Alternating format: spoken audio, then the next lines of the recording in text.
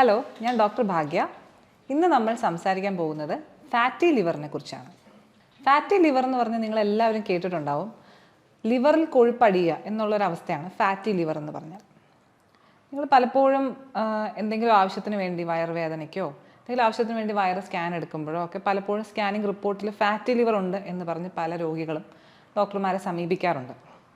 അല്ലെങ്കിൽ ചിലപ്പോൾ എന്തെങ്കിലും ആവശ്യത്തിന് വേണ്ടി മെഡിക്കൽ ചെക്കപ്പ് ചെയ്യുമ്പോൾ അവരുടെ ലിവർ ഫങ്ഷൻ ടെസ്റ്റ് ബ്ലഡിൽ ചെയ്യുമ്പോൾ ഒരു അബ്നോർമാലിറ്റി കാണുന്നു, അതിനുവേണ്ടി ലിവറിൻ്റെ സ്കാൻ എടുക്കുന്നു. അങ്ങനെയൊക്കെയാണ് പൊതുവെ എല്ലാവരും ഫാറ്റി ലിവർ ഐഡൻറ്റിഫൈ ചെയ്യാറ്. എന്താണ് ഈ ഫാറ്റി ലിവർ? പേര് കേൾക്കുമ്പോൾ തന്നെ നമുക്ക് മനസ്സിലാവും. ഫാറ്റ് ലിവറിൽ അടിയുക, അക്യുമുലേറ്റ് ചെയ്യുക. ഫാറ്റ് ലിവറിൻ്റെ കോശങ്ങളിലേക്ക് അടിയുന്നതിനെയാണ് ഫാറ്റി ലിവർ എന്ന് പറയുന്നത്. അപ്പോൾ എന്തുകൊണ്ടാണ് ഇത് ഇത്ര ഒരു ആരോഗ്യ പ്രശ്നമായിട്ട് വരുന്നത്? കൊഴുപ്പ് സാധാരണയായിട്ട് നമ്മുടെ ശരീരത്തിൽ പല സ്ഥലങ്ങളിലും അടിയാറുണ്ട്. നമ്മുടെ സ്കിന്നിൻ്റെ താഴെ അടിയാറുണ്ട്. നമുക്ക് അമിത വണ്ണം ഉണ്ടാകുന്നതിൻ്റെ ഒരു മേജർ കാരണം എന്ന് പറഞ്ഞാൽ കൊഴുപ്പ് അടിയുക എന്നുള്ളതാണ്. ഈ പുറമേ അടിയുന്ന കൊഴുപ്പിനേക്കാളും അപകടകാരിയായ ഒരു കാര്യമാണ് നമ്മുടെ വിസറൽ ഓർഗൻസ്, അതായത് നമ്മുടെ ആന്തരിക അവയവങ്ങളിൽ കൊഴുപ്പടിയുന്നത്. അതിൽ പ്രധാനമായിട്ടും അടിയുന്ന ഒരു സ്ഥലമാണ് ലിവർ എന്ന് പറയുന്നത്. ലിവർ നമ്മുടെ ശരീരത്തിൻ്റെ ടോക്സിൻസ് ഒക്കെ റിമൂവ് ചെയ്യുന്നത്, അതായത് ആവശ്യമില്ലാത്ത വേസ്റ്റുകളെല്ലാം റിമൂവ് ചെയ്യുന്നത്, ശരീരത്തെ ശുദ്ധീകരിക്കുന്നതുമായിട്ടുള്ള ഒരു വളരെ പ്രധാനപ്പെട്ട ഒരു അവയവമാണ്. ലിവറിൻ്റെ ഒരു പ്രത്യേകത എന്ന് പറയുന്നത് അതിനൊരു റീജനറേറ്റീവ് കപ്പാസിറ്റി ഉണ്ട്. അതായത് ലിവറിൻ്റെ കോശങ്ങൾ നശിച്ചു പോയാലും അതിന് വീണ്ടും പുനരുജ്ജീവിച്ച് വരാൻ പറ്റുന്ന ഒരു റീജനറേറ്റീവ് കപ്പാസിറ്റി ഉള്ള ഒരു അവയവമാണ്. അതുകൊണ്ട് തന്നെ ലിവറിന് ഒരു ഒരു ഒരു ഒരു പരിധി വരെയൊക്കെ ഡാമേജ് ഉണ്ടായാലും അത് തിരിച്ച് പഴയതുപോലെ തിരിച്ചു വരും. പക്ഷേ ഒരു പരിധി കൂടുതൽ അതിന് കേടുപാട് സംഭവിച്ചു കഴിഞ്ഞാൽ നമുക്കത് തിരിച്ചു കൊണ്ടുവരാൻ പറ്റില്ല. പിന്നെ അവർക്ക് അങ്ങനെയുള്ള രോഗികൾക്ക് വളരെ സങ്കീർണമായ അവസ്ഥയായ സിറോസിസ് എന്ന് പറയുന്ന അല്ലെങ്കിൽ എൻ സ്റ്റേജ് ആയിട്ടുള്ള ഒരു ലിവർ ഡിസീസിലേക്ക് പോകാനൊക്കെ സാധ്യതയുണ്ട്. അപ്പോൾ ഫാറ്റി ലിവർ ഉണ്ടാകുമ്പോൾ ലിവറിൻ്റെ കോശങ്ങളിൽ കൊഴുപ്പടിഞ്ഞു കഴിയുമ്പോൾ ആദ്യത്തെ കുറച്ച് നാളൊക്കെ ലിവറിൻ്റെ കോശങ്ങൾ അങ്ങനെ റീജനറേറ്റ് ചെയ്യുകയും പിടിച്ചു നിൽക്കുകയൊക്കെ ചെയ്യും. അപ്പോൾ ആ സമയത്ത് രോഗിക്ക് യാതൊരുവിധ ലക്ഷണങ്ങളും ഉണ്ടാവില്ല. ആ സമയത്താണ് നമ്മൾ വെറുതെ വേറെ എന്തെങ്കിലും കാര്യത്തിന് സ്കാൻ എടുക്കുമ്പോഴോ ബ്ലഡ് ടെസ്റ്റ് ചെയ്യുമ്പോഴോ ഒക്കെ നമുക്ക് ഫാറ്റി ലിവർ കണ്ടുപിടിക്കുന്നത്. അത് ഫാറ്റി ലിവർ കൊണ്ടുള്ള ഒരു രോഗലക്ഷണങ്ങളും രോഗിക്ക് ഉണ്ടാകത്തില്ല. പക്ഷെ കുറച്ചും കൂടെ കഴിയുമ്പോൾ ലിവറിൻ്റെ കോശങ്ങളൊക്കെ പതിയെ പതിയെ നശിക്കാൻ തുടങ്ങുമ്പോൾ കോശങ്ങളുടെ അകത്തിരിക്കേണ്ട ചില എൻസൈംസ് ഒക്കെ ബ്ലഡിലേക്കൊക്കെ വരാൻ തുടങ്ങും. അപ്പോഴാണ് ആ രോഗിക്ക് ലിവർ ഫങ്ഷൻ ടെസ്റ്റുകളിലൊക്കെ അബ്നോർമാലിറ്റി ഉണ്ടാകുന്നത്. അതിൻ്റെ AST, ALT അങ്ങനെയുള്ള ചില ലിവർ ഫങ്ഷൻ ടെസ്റ്റിലുള്ള ബ്ലഡിലുള്ള ചേഞ്ചസ് തുടങ്ങും. പക്ഷെ അങ്ങനെയുള്ള സ്റ്റേജിൽ പോലും നമുക്ക് കംപ്ലീറ്റ് ആയിട്ട് ഇതിനെ റിവേഴ്സ് ചെയ്യാൻ പറ്റും. കാരണം ഈ ലിവറിൻ്റെ കുറേ കോശങ്ങളൊക്കെ നശിക്കുന്നുണ്ടെങ്കിൽ പോലും അതിനൊക്കെ തിരിച്ച് വളരാനുള്ള സാഹചര്യമുണ്ട്. അപ്പോഴും മിക്ക രോഗികൾക്കും ഇതിന് യാതൊരു ലക്ഷണം ഉണ്ടാവില്ല. ലിവർ ഫങ്ഷൻ ടെസ്റ്റുകളിൽ ഈ AST, ALT കൂടിയിരിക്കും എന്ന് മാത്രമേ ഉള്ളൂ, വേറെ ഒരു ലക്ഷണങ്ങളും ഉണ്ടാവില്ല. പക്ഷേ ഇതൊക്കെ കുറേ കാലം, ഒരു വർഷങ്ങളോളം ഇങ്ങനെ ചികിത്സിക്കാതെ പോയി വരുമ്പോഴാണ് ലിവറിൻ്റെ ഒരുപാട് കോശങ്ങൾ നശിച്ച് പോയി കഴിയുമ്പോൾ അതിന് തിരിച്ച് റീജനറേറ്റ് ചെയ്യാനുള്ള കഴിവിനെ അതിനേക്കാൾ ഉപരിയായിട്ട് അതിന് കോശങ്ങൾ നശിച്ച് കഴിയുമ്പോൾ പിന്നെ അവിടെ ഫൈബ്രോസിസ് എന്ന് പറയുന്ന അവസ്ഥ ഉണ്ടാവും. അപ്പോൾ പിന്നെ ലിവറിന് തിരിച്ച് റീജനറേറ്റ് ചെയ്യാൻ പറ്റില്ല. ലിവറിൻ്റെ പ്രവർത്തനം വളരെയധികം കുറഞ്ഞു വരികയും സിറോസിസ് എന്ന് പറയുന്ന അവസ്ഥയിലേക്ക് പോവുകയും ചെയ്യും. അതാണ് ഈ ഫാറ്റി ലിവർ ഉണ്ടാകുന്നതിൻ്റെ ഒരു ഏറ്റവും വലിയ റിസ്ക്, അല്ലെങ്കിൽ നമ്മളെ ഭയപ്പെടുത്തുന്ന ഒരു ഫാക്ടർ എന്ന് പറയുന്നത്. അത് പക്ഷേ കുറേ വർഷങ്ങൾ കൊണ്ടുണ്ടാകുന്ന ഒരു ചേഞ്ച് ആണെങ്കിൽ പോലും അത് നമ്മൾ ഏർലി സ്റ്റേജിൽ നമ്മൾ കണ്ടുപിടിച്ച് അതിനെതിരെയുള്ള പ്രതിരോധങ്ങൾ ചെയ്യുവാണെങ്കിൽ നമുക്ക് പ്രിവെൻറ്റ് ചെയ്യാൻ പറ്റുന്ന ഒരു കോംപ്ലിക്കേഷനാണ്. ഇതല്ലാതെ തന്നെ ഈ ഫാറ്റി ലിവർ ഉള്ളവർക്ക് ഹാർട്ട് ഡിസീസ് ഉണ്ടാവാനും ഹാർട്ട് അറ്റാക്ക്, സ്ട്രോക്ക് ഒക്കെ ഉണ്ടാവാനുള്ള റിസ്ക്കുകളും വളരെ കൂടുതലാണ്. അപ്പോൾ പൊതുവെ ഫാറ്റി ലിവർ എന്ന് പറയുന്നത് ഒരു ലാഘവത്തോടുകൂടി കാണേണ്ട ഒരു കാര്യമല്ല. കാരണം അത് നമുക്ക് റിവേഴ്സ് ചെയ്യാൻ പറ്റുന്ന ഒരു കാര്യം തന്നെയാണ്. അപ്പം എന്തൊക്കെയാണ് ഫാറ്റി ലിവർ ഉണ്ടാവാനുള്ള കാരണങ്ങൾ? അപ്പം പ്രാഥമികമായിട്ട് നമ്മുടെ ഒരു സൊസൈറ്റിയിൽ നമ്മൾ പൊതുവെ കാണുന്നത് ഏറ്റവും കൂടുതൽ ലിവർ ഡിസീസ് കാണുന്നത് ആർക്കാണെന്ന് ചോദിച്ചാൽ മദ്യപാനികൾക്കാണ്. നമുക്ക് എപ്പോഴും കാണുമ്പോൾ തന്നെ മനസ്സിലാവും മദ്യപാനമാണ് ഈ ലിവർ ഡിസീസിൻ്റെ പ്രൈമറി കോസ് നമ്മുടെ സമൂഹത്തിൽ. അപ്പോൾ ഈ ഫാറ്റി ലിവറിൻ്റെയും പ്രൈമറി കോസ് മദ്യപാനം തന്നെയാണ്. ആൽക്കഹോൾ എന്ന് പറയുന്നത് ഒരു ലിവറിനുള്ളൊരു ടോക്സിനാണ്. അപ്പോൾ അതിൻ്റെ ആദ്യത്തെ സ്റ്റേജിൽ ലിവർ ആദ്യമേ തന്നെ ഫാറ്റി ആയിട്ടുള്ള ചേഞ്ചസ് ആണ് ലിവറിൽ ഉണ്ടാകുന്നത്. ഇപ്പോൾ ഫാറ്റി ലിവർ മദ്യപാനികൾക്ക് കോമൺ ആയിട്ട് കാണുന്നൊരു സാധനമാണ്. പക്ഷേ മദ്യപിക്കാത്ത ആൾക്കാർക്ക് തന്നെ വളരെ അധികം ഈയിടെയായിട്ട് ഇപ്പോഴത്തെ ഒരു നമ്മുടെ മാറിയ ഒരു ജീവിതശൈലിയിൽ നമ്മൾ കാണുന്നുണ്ട് മദ്യപിക്കാത്ത ആൾക്കാർക്ക്, അതുപോലെ തന്നെ പ്രത്യേകിച്ചും കൂടുതലായിട്ടും പെണ്ണുങ്ങൾക്കും ഒക്കെ ഫാറ്റി ലിവർ കാണുന്നുണ്ട്. അപ്പോൾ അതിൻ്റെ കാരണം മെയിനായിട്ടും നമ്മൾ അമിതവണ്ണം അല്ലെങ്കിൽ ഒബെസിറ്റി, അതായത് അമിതവണ്ണം അതിൻ്റെ ഒരു പ്രൈമറി കോസാണ്. നമ്മൾ ഫാറ്റി ലിവർ മദ്യപാനം ഇല്ലാത്തവർക്ക് വരുമ്പോൾ അതിനെ non alcoholic fatty liver disease എന്നാണ് പറയുന്നത്. അപ്പം മദ്യപിക്കാത്തവർക്ക് ഫാറ്റി ലിവർ വരുന്നതിൽ ഒരു 70% ആൾക്കാരും അമിതവണ്ണം ഉള്ളവരായിരിക്കും എന്നാണ് പഠനങ്ങൾ തെളിയിക്കുന്നത്. അപ്പം നമുക്ക് തന്നെ ആലോചിച്ചാൽ അറിയാം, നമ്മുടെ ശരീരത്തിൽ നമുക്ക് ആവശ്യമായിട്ടുള്ളതിനധികം നമ്മൾ എനർജി അല്ലെങ്കിൽ കാലോറീസ് നമ്മൾ ഉപയോഗിക്കുകയാണെങ്കിൽ, കാലോറീസ് അല്ലെങ്കിൽ എനർജി എന്ന് പറയുന്നത് നമ്മുടെ ഭക്ഷണത്തിൽ കൂടെ കിട്ടുന്നത് നമുക്ക് ഉപയോഗിക്കാൻ വേണ്ടിയുള്ളതാണ്. നമ്മൾ അത് അത്രയും ഉപയോഗിക്കുന്നില്ല എന്നുണ്ടെങ്കിൽ, അതായത് നമ്മൾ ഓടുകയും ചാടുകയും ഫിസിക്കൽ ആക്ടിവിറ്റി കൂടെ ഉപയോഗിക്കുന്നില്ല എന്നുണ്ടെങ്കിൽ ആ എക്സസ് ആയിട്ട് വരുന്ന എനർജി നമ്മുടെ ബോഡി ഡെഫിനറ്റ് ആയിട്ടും ഫാറ്റായിട്ട് മാറ്റി അത് എവിടെയെങ്കിലുമൊക്കെ സേവ് ചെയ്ത് വെക്കും, ഒരു ഭാവിയിലേക്ക് ഉപയോഗിക്കാം എന്നുള്ള രീതിയിൽ. അപ്പം അങ്ങനെ ഫാറ്റായിട്ട് സേവ് ചെയ്ത് വെക്കുന്നത് പൊതുവെ എല്ലാവർക്കും അമിതവണ്ണം ഉണ്ടാക്കും. അതേ സംഭവം തന്നെയാണ് ഈ ലിവറിലും സ്റ്റോർ ചെയ്ത് വെക്കുന്നത്. അപ്പോൾ അമിതവണ്ണം ഉള്ളവർക്ക് ഉറപ്പായിട്ടും ഫാറ്റി ലിവർ ഉണ്ടാകാനുള്ള സാധ്യത വളരെ കൂടുതലാണ്. പക്ഷേ ഇതിൽ മനസ്സിലാക്കേണ്ട വേറൊരു വസ്തുത, ഈ എക്സസ് ആയിട്ട് കലോറി കൺസ്യൂം ചെയ്യുന്ന എല്ലാവർക്കും അമിതവണ്ണം ഉണ്ടാവണം നിർബന്ധമില്ല. കാരണം ഓരോരുത്തരുടെ ശരീരപ്രകൃതി വ്യത്യാസം ഉള്ളതുകൊണ്ട് ചിലർക്ക് ഈ ഫാറ്റ് എല്ലാം ചിലപ്പോൾ ഈ ആന്തരിക അവയവങ്ങളിൽ മാത്രമേ അടിഞ്ഞുകൂടാറുള്ളൂ. അപ്പോൾ അവർക്ക് പുറമേ ആയിട്ട് അമിതവണ്ണം ഉണ്ടാവണമെന്നില്ല. പുറമേ നോക്കിക്കഴിഞ്ഞാൽ അവർ മെലിഞ്ഞവരായിരിക്കും, അവർക്ക് ഒട്ടും എക്സസ് ആയിട്ടുള്ള വെയിറ്റ് ഉള്ള പോലെ നമുക്ക് കണ്ടാൽ തോന്നില്ല, പക്ഷേ അവർക്കും ഫാറ്റി ലിവർ വരാം. അപ്പം ഒരു അമിതമായിട്ടുള്ള കലോറീസ് നമ്മൾ ഉപയോഗിക്കുന്ന ആൾക്കാർക്ക് എല്ലാവർക്കും അമിതവണ്ണം ഉണ്ടെങ്കിലും ഇല്ലെങ്കിലും ഫാറ്റി ലിവർ ഉണ്ടാകാനുള്ള സാധ്യത വളരെ കൂടുതലാണ്. ഇനി അല്ലാതെ ഒരു അമിതവണ്ണവും അതുപോലെ തന്നെ ഓവറായിട്ടുള്ള കാലറി കൺസംഷൻ ഇല്ലാത്തവർക്കും ഡയബറ്റിസ് ഉള്ളവർക്ക് ഫാറ്റി ലിവർ വരാം. ഷുഗർ ഉള്ള ആൾക്കാർക്ക്, കാരണം അവരുടെ ശരീരത്തിൻ്റെ മെറ്റബോളിസം വളരെ വ്യത്യാസമാണ്, സാധാരണ ആൾക്കാരെ പോലെയല്ല. അപ്പോൾ അമിതവണ്ണം ഇല്ലെങ്കിൽ പോലും ഒരു ഡയബറ്റിസ് ഉള്ള ഒരാൾക്ക് ഫാറ്റി ലിവർ ഉണ്ടാകാനുള്ള സാധ്യത വളരെ കൂടുതലാണ്.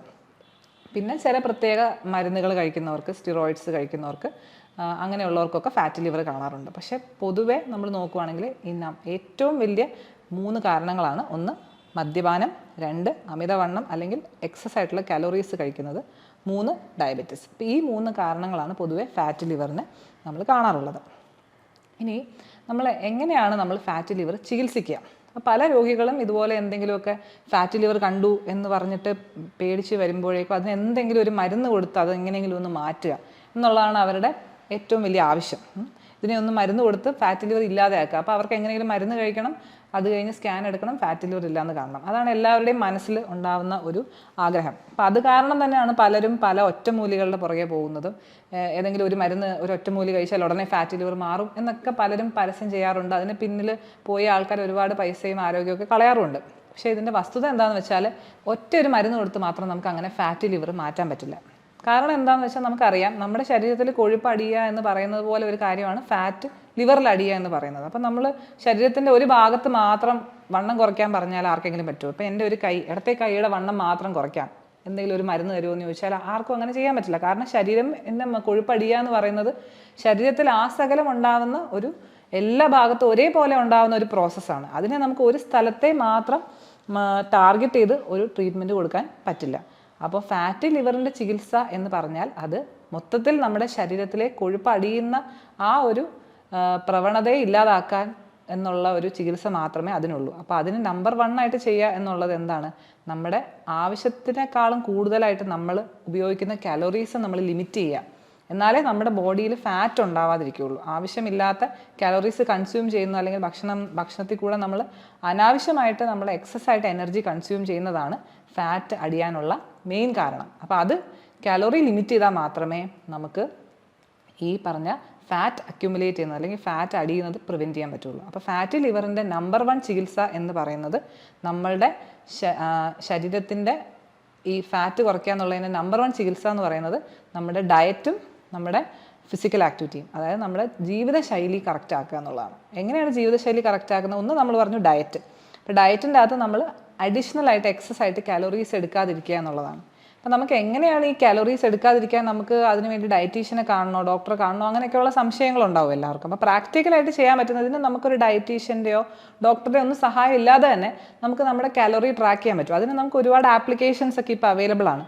നമ്മളുടെ ഓരോരുത്തരുടെയും ഏജ്, അതുപോലെ നമ്മുടെ ജെൻഡർ, നമ്മൾ മെയിലാണോ ഫീമെയിലാണോ, അതുപോലെ നമ്മൾ എന്തുമാത്രം ഫിസിക്കൽ ആക്ടിവിറ്റിയിൽ എൻഗേജ് ചെയ്യുന്നുണ്ട്. അപ്പോൾ ഈ 3 കാര്യങ്ങൾ വെച്ചിട്ട് നമുക്ക് ഒരു ദിവസം ആവശ്യമുള്ള കാലോറി എത്രയാണ്, നോർമലായിട്ടുള്ള ഒരാൾക്ക് എത്ര കാലോറീസാണ് ഒരു ദിവസം ആവശ്യം എന്നുള്ളത് നമുക്ക് അതിൽ നിന്ന് ആ ആപ്പ് വഴി നമുക്ക് കാൽക്കുലേറ്റ് ചെയ്തെടുക്കാൻ പറ്റും. നമുക്ക് തന്നെ ചെയ്യാവുന്നതേ ഉള്ളൂ. അപ്പോൾ അങ്ങനെ ഒരു ദിവസം ഇത്രയും കാലോറീസ് ആണെന്ന് അറിഞ്ഞു കഴിഞ്ഞാൽ അതാണ് നമ്മുടെ ടാർഗറ്റ്. അപ്പം നമ്മളിപ്പം കഴിച്ചുകൊണ്ടിരിക്കുന്നത് എന്തുമാത്രം കലോറിയാണ് നമ്മൾ ആദ്യം ട്രാക്ക് ചെയ്യണം. അപ്പോൾ അതിനകത്ത് നമുക്ക് ആപ്ലിക്കേഷൻ്റെ അകത്ത് നമ്മുടെ കേരളത്തിൽ നമ്മൾ കഴിച്ചുകൊണ്ടിരിക്കുന്ന ഓരോ ഭക്ഷണങ്ങളും നമുക്ക് അതിൽ എൻ്റർ ചെയ്യാൻ പറ്റും. അപ്പോൾ നമ്മൾ രാവിലെ എഴുന്നേറ്റിട്ട് 2 ഇഡ്ഡലി കഴിച്ചു, ഒരു ചായ കുടിച്ചു, അപ്പോൾ അത് 1 കപ്പ് ചായ കുടിച്ചു, 2 ഇഡ്ഡലി കഴിച്ചു, ഒരു ബൗൾ ചമ്മന്തി കഴിച്ചു. ഉച്ചയ്ക്ക് നമ്മൾ ഒരു ബൗൾ ചോറ് കഴിച്ചു, ഒരു പയർ കഴിച്ചു. അപ്പോൾ ഇന്ന സാധനങ്ങൾ കഴിക്കുമ്പോൾ അത് എത്ര കാലറീസ് ആണെന്നുള്ള ഓട്ടോമാറ്റിക്കലി അതിലേക്ക് നമുക്ക് എൻ്റർ ചെയ്യാൻ പറ്റും. അപ്പം അങ്ങനെ നമ്മളിപ്പോഴത്തെ നമ്മൾ എന്താണ് കഴിക്കുന്നത് അത് കറക്റ്റായിട്ട് ഒരു ദിവസം നമ്മൾ 1-2 ദിവസം നമ്മൾ ട്രാക്ക് ചെയ്ത് നോക്കിക്കഴിഞ്ഞാൽ നമ്മൾക്കറിയാൻ പറ്റും നമ്മൾ എടുക്കുന്ന ഈ കാലറീസ് നമുക്ക് ആവശ്യത്തിനുള്ളതിനേക്കാളും എന്തുമാത്രം കൂടുതലാണ് എന്നുള്ളത്. അപ്പം അങ്ങനെ നമ്മൾ ട്രാക്ക് ചെയ്ത് മനസ്സിലാക്കി കഴിഞ്ഞാൽ നമുക്ക് ഓരോ രീതിയിൽ നമുക്ക് ഏറ്റവും കൂടുതൽ കാലറി ഉള്ള സാധനങ്ങൾ എന്താണെന്ന് നമുക്കതിൽ എൻ്റർ ചെയ്യുമ്പോൾ തന്നെ മനസ്സിലാവും. അപ്പോൾ നമുക്കതിനെ ഇപ്പം എണ്ണം കുറയ്ക്കാം. നമുക്ക് ഇഡ്ഡലി കഴിക്കുന്ന 4 ഇഡ്ഡലി കഴിച്ചുകൊണ്ടിരുന്ന ആൾക്ക് വേണമെങ്കിൽ 3 ഇഡ്ഡലി ആക്കി കുറയ്ക്കാം. അടുത്ത ദിവസം നമുക്ക് ചോറിൻ്റെ അളവ് 2 ബൗൾ എന്നുള്ളത് 1 ബൗളാക്കാം. അങ്ങനെ നമുക്ക് തന്നെ കുറച്ച് നമ്മളുടെ ആവശ്യത്തിനുള്ള കാലറി എത്രയാണോ അതിലേക്ക് കൊണ്ടുവരാനായിട്ട് ശ്രമിക്കാൻ പറ്റും. അപ്പം അങ്ങനെ കുറയ്ക്കുന്നതാണ് കാലറി ട്രാക്കിങ്ങിൻ്റെ ഒരു ഉദ്ദേശം എന്ന് പറയുന്നത്. അങ്ങനെ കാലറീസ് കുറയ്ക്കുമ്പോൾ നമ്മൾ മനസ്സിൽ വെക്കേണ്ട 3 കാര്യങ്ങളുണ്ട്. നമ്മൾ കുറയ്ക്കുമ്പോൾ മാക്സിമം നമ്മൾ പ്രോട്ടീൻ ഉള്ള സാധനങ്ങൾ അധികം കുറയ്ക്കാതിരിക്കുക. നമുക്ക് ആവശ്യത്തിന് പ്രോട്ടീൻ നമ്മുടെ ശരീരത്തിൻ്റെ മസിൽസിന് വേണ്ടിയും അതുപോലെ തന്നെ രോഗപ്രതിരോധ ശേഷിക്കുമൊക്കെ വളരെ ആവശ്യമാണ്. അപ്പോൾ പ്രോട്ടീൻ ഉള്ള സാധനങ്ങൾ എന്ന് പറഞ്ഞാൽ നമ്മുടെ പയറ് വർഗ്ഗങ്ങൾ, പയറ്, പരിപ്പ്, കടല, അങ്ങനത്തെ പയറ് വർഗ്ഗങ്ങൾ, അതുപോലെ പാല്, മുട്ട, അതുപോലെ തന്നെ മീറ്റ് എന്ന് പറഞ്ഞാൽ ചിക്കനോ അല്ലെങ്കിൽ ബീഫോ അങ്ങനത്തെ മീറ്റുകളൊക്കെ. അപ്പം കുറയ്ക്കുമ്പോൾ നമ്മൾ ആദ്യമേ തന്നെ ധാന്യങ്ങളാണ് കുറയ്ക്കേണ്ടത്. അതായത് ഇഡ്ഡലിയോ ദോശയോ പുട്ടോ ചോറോ അതാണ് ആദ്യം കുറയ്ക്കേണ്ടത്. അല്ലാതെ പ്രോട്ടീൻ ആദ്യമേ നമ്മൾ കുറയ്ക്കരുത്. പ്രോട്ടീൻ മാക്സിമം നമ്മൾ അവസാനമേ കുറയ്ക്കാവുള്ളൂ. രണ്ടാമത്തെ കാര്യം നമ്മുടെ പഴങ്ങളും പച്ചക്കറികളും അതിനെ നമ്മൾ കുറയ്ക്കാൻ പാടില്ല. കാരണം അതിൻ്റെ അകത്തുള്ള വൈറ്റമിൻസ്, മിനറൽസ് ഒക്കെ നമുക്ക് വളരെയധികം ആവശ്യമാണ്. അതിനകത്തുള്ള ഡയറ്ററി ഫൈബർ നമുക്ക് വളരെയധികം ആവശ്യമാണ്. അതുകൊണ്ട് നമ്മുടെ ഫ്രൂട്ട്സും വെജിറ്റബിൾസും പ്രോട്ടീനും ഈ 3 കാര്യങ്ങൾ നമ്മൾ ലിമിറ്റ് ചെയ്യാൻ ആദ്യമേ ശ്രമിക്കരുത്. കാലറി ലിമിറ്റ് ചെയ്യുമ്പോൾ നമ്മൾ ധാന്യങ്ങളാണ് കൂടുതൽ ധാന്യങ്ങളും അതുപോലെ തന്നെ കൊഴുപ്പുള്ള സാധനങ്ങളും. മൂന്നാമതായിട്ട് വെള്ളത്തിൻ്റെ അളവ് നമ്മൾ ആവശ്യത്തിന് വെള്ളം കുടിക്കണം. 1 ലിറ്ററിൽ മുകളിൽ 1-2 ലിറ്റർ വെള്ളം ഒരു ദിവസം ഡെഫിനറ്റായിട്ടും കുടിച്ചിരിക്കണം. അപ്പോൾ ഈ 3 കാര്യങ്ങൾ ശ്രദ്ധിച്ചുകൊണ്ട് നമുക്ക് തന്നെ സ്വയമായിട്ട് നമുക്ക് കാലോറീസ് ട്രാക്ക് ചെയ്യുകയും അതനുസരിച്ച് കാലോറി ആവശ്യത്തിന് ലിമിറ്റ് ചെയ്യുകയും ചെയ്യാം. അപ്പോൾ ഈ ഡയറ്റിൽ നമ്മൾ ഈ കാര്യങ്ങൾ ഫോളോ ചെയ്യുന്നതിൻ്റെ കൂടെ തന്നെ നമ്മൾ കുറച്ചും കൂടെ നമ്മുടെ ഫിസിക്കൽ ആക്ടിവിറ്റി കൂട്ടണം. കാരണം നമ്മൾ ഭക്ഷണത്തിനകത്ത് ഒരുപാട് കാലോറീസ് കുറച്ച് കഴിയുമ്പോൾ നമ്മുടെ ശരീരം തന്നെ നമുക്കൊരു കിട്ടുന്ന അളവ് കുറയുമ്പോൾ ശരീരത്തിന് പെട്ടെന്ന് ഒരു മെറ്റബോളിസത്തിലൊരു വ്യത്യാസം വരും. അപ്പോൾ ശരീരം എന്ത് ചെയ്യുന്നു വെച്ചാൽ കിട്ടുന്ന പോഷകങ്ങളൊക്കെ സ്റ്റോർ ചെയ്ത് വെക്കാൻ ശ്രമിക്കും. അപ്പം നമ്മൾ ഭക്ഷണം കുറയ്ക്കുന്നതനുസരിച്ച് നമ്മൾ കൂടുതൽ ഫിസിക്കൽ ആക്ടിവിറ്റിയും കൂടെ കൂട്ടുക. അതായത് നമ്മൾ ഒരു ദിവസം ഒരു അരമണിക്കൂറെങ്കിലും നടക്കുകയോ ഓടുകയോ അങ്ങനെയുള്ള എന്തെങ്കിലും ഒരു എക്സസൈസും കൂടെ ചെയ്താലേ നമ്മൾക്ക് ഈ കൊഴുപ്പടിയുന്ന പ്രക്രിയയിലേക്ക് നമുക്ക് ഒരു സ്റ്റോപ്പ് ഉണ്ടാക്കാൻ പറ്റുള്ളൂ. അപ്പം ഫസ്റ്റായിട്ട് നമ്മൾ ഫാറ്റ് ലിവറിന് വേണ്ടി ചെയ്യേണ്ട കാര്യം ഇതാണ്. നമ്മുടെ ഡയറ്റും നമ്മുടെ ഫിസിക്കൽ ആക്ടിവിറ്റിയും നമ്മൾ നന്നായിട്ട് കറക്റ്റ് ആക്കണം. അതാണ് ഒന്നാമത്തെ കാര്യം. രണ്ടാമത്തെ ചികിത്സ എന്ന് പറഞ്ഞാൽ നമ്മൾ മദ്യപാനം ഒഴിവാക്കുക എന്നുള്ളതാണ്. അത് നമ്പർ 1. അത് വളരെ ഇമ്പോർട്ടൻ്റ് ആണ്. നമ്മൾ ഇനിയിപ്പോൾ ഫാറ്റ് ലിവർ ഉണ്ടായ ഒരു വ്യക്തിക്ക് നമ്മൾ മദ്യപിച്ചുകൊണ്ടിരുന്നു കഴിഞ്ഞാൽ അത് കൂടുതൽ പ്രശ്നങ്ങൾ ഉണ്ടാക്കുകയും പെട്ടെന്ന് തന്നെ ലിവർ സിറോസിസിലേക്ക് പോകാൻ സാധ്യത ഉണ്ടാക്കുകയും ചെയ്യുന്നു. അതുകൊണ്ട് മദ്യപാനം ഒഴിവാക്കുക. അതിൻ്റെ കൂടെ തന്നെ പുകവലിയും ഇതിനൊരു ഫാറ്റ് ലിവർ കൂട്ടാനുള്ളൊരു കാരണമാണ്. അപ്പോൾ മദ്യപാനം, പുകവലി എന്നത് ഒഴിവാക്കുക. അതാണ് രണ്ടാമതായിട്ട് ചെയ്യാനുള്ളത്. മൂന്നാമത്തെ കാര്യം ഞാൻ ഓൾറെഡി പറഞ്ഞു, ഷുഗർ ഉള്ളവർക്കാണ് കൂടുതലും ഫാറ്റ് ലിവർ കാണുന്നത്. കാരണം അവരുടെ ബോഡിയിലെ മെറ്റബോളിസം കൂടുതലും ഫാറ്റ് അടിയാനുള്ള ഒരു ടെൻഡൻസിയിലേക്ക് പോകുന്ന ആൾക്കാരാണ്. അതുകൊണ്ട് നിങ്ങൾക്ക് ഷുഗർ ഉള്ളവരാണെങ്കിൽ ഡെഫിനറ്റായിട്ടും ഷുഗർ നന്നായിട്ട് കൺട്രോൾ ചെയ്യുക. അപ്പം നമ്മൾ ഈ പറഞ്ഞ ഡയറ്റും നമ്മുടെ ഫിസിക്കൽ ആക്ടിവിറ്റിയും ഒക്കെ തന്നെ ഷുഗർ കൺട്രോൾ ചെയ്യാൻ നമ്മളെ സഹായിക്കും. അതുകൂടാതെ തന്നെ നിങ്ങൾ ട്രീറ്റ്മെൻറ്റ് എടുക്കുന്നവരാണെങ്കിൽ കറക്റ്റായിട്ട് ഇൻസുലിനും മരുന്നുകളും കഴിക്കുകയും ഭക്ഷണ ക്രമീകരണങ്ങളിലൂടെയൊക്കെ ഷുഗർ നന്നായിട്ട് കൺട്രോൾ ചെയ്യുന്നതും ഈ ഫാറ്റി ലിവർ കൂടാതിരിക്കാനുള്ളൊരു വളരെ നല്ലൊരു കാര്യമാണ്. പിന്നെ നമുക്ക് അമിതമായിട്ട് കൊളസ്ട്രോൾ ഉള്ള ആൾക്കാരാണെങ്കിൽ, പ്രത്യേകിച്ചും LDL കൊളസ്ട്രോളൊക്കെ 190-ന് മുകളിലൊക്കെ ഉള്ള ആൾക്കാരാണെങ്കിൽ ഡെഫിനറ്റായിട്ട് ഒരു ഡോക്ടറുടെ നിർദ്ദേശത്തിനോട് കൂടെ തന്നെ നിങ്ങൾ കൊളസ്ട്രോൾ കുറയ്ക്കാനുള്ള മെഡിക്കേഷൻ എടുക്കുന്നതും ഇതിന് സഹായകരമാണ്. ചില ആൾക്കാരിൽ ഷുഗറും കൊളസ്ട്രോളും ഒന്നും ഇല്ലാതെ തന്നെ ഫാറ്റ് ലിവർ ഉണ്ടാകുന്ന ചില ആൾക്കാർക്ക് പലപ്പോഴും വൈറ്റമിൻ ഇ സപ്ലിമെൻറ്റ്സ് കൊടുക്കാറുണ്ട്, ഡോക്ടർമാർ കൊടുക്കാറുണ്ട്. ഇതിന് ചില പഠനങ്ങളൊക്കെ ഫാറ്റ് ലിവർ കുറയ്ക്കാൻ സഹായിക്കുന്നു വൈറ്റമിൻ ഇ എന്ന് കാണിച്ചിട്ടുണ്ട്. പക്ഷേ അതിൻ്റെ അളവ് വളരെ കറക്റ്റായിട്ട് കൊടുക്കണം. വൈറ്റമിൻ ഇ ഓവറായിട്ട് കഴിച്ചാൽ അത് തന്നെ ചില അസുഖങ്ങൾക്ക്, പ്രോസ്റ്റേറ്റിൻ്റെ അസുഖങ്ങൾക്കൊക്കെ കാരണമാകുന്നതായിട്ടും കണ്ടിട്ടുണ്ട്. അതുകൊണ്ട് ഒരു കാരണവശാലും തനിയെ സ്വയം ചികിത്സ ചെയ്യരുത്. ഒരു ഡോക്ടറുടെ നിർദ്ദേശപ്രകാരം വൈറ്റമിൻ ഇ സപ്ലിമെൻറ്റ്സ് വേണം എന്നുള്ളവർക്ക് അത് എടുക്കാവുന്നതാണ്. പക്ഷേ ഇതിൽ ഏറ്റവും ഇമ്പോർട്ടൻ്റ് ആയിട്ട് നിങ്ങൾ മനസ്സിലാക്കേണ്ടത് കൊഴുപ്പടിയുക എന്നുള്ളത് നമ്മുടെ ശരീരത്തിന് എക്സസ് ആയിട്ട് കാലറീസ് കൊടുക്കുമ്പോൾ അതിൻ്റെ ഒരു റെസ്പോൺസാണ്. അപ്പം നമ്മളുടെ ഡയറ്റും ലൈഫ് സ്റ്റൈലും മോഡിഫൈ ചെയ്താൽ മാത്രമേ നമുക്ക് ഈ ഒരു രോഗത്തിനെ കംപ്ലീറ്റ് ആയിട്ട് നിർത്താൻ പറ്റുള്ളൂ.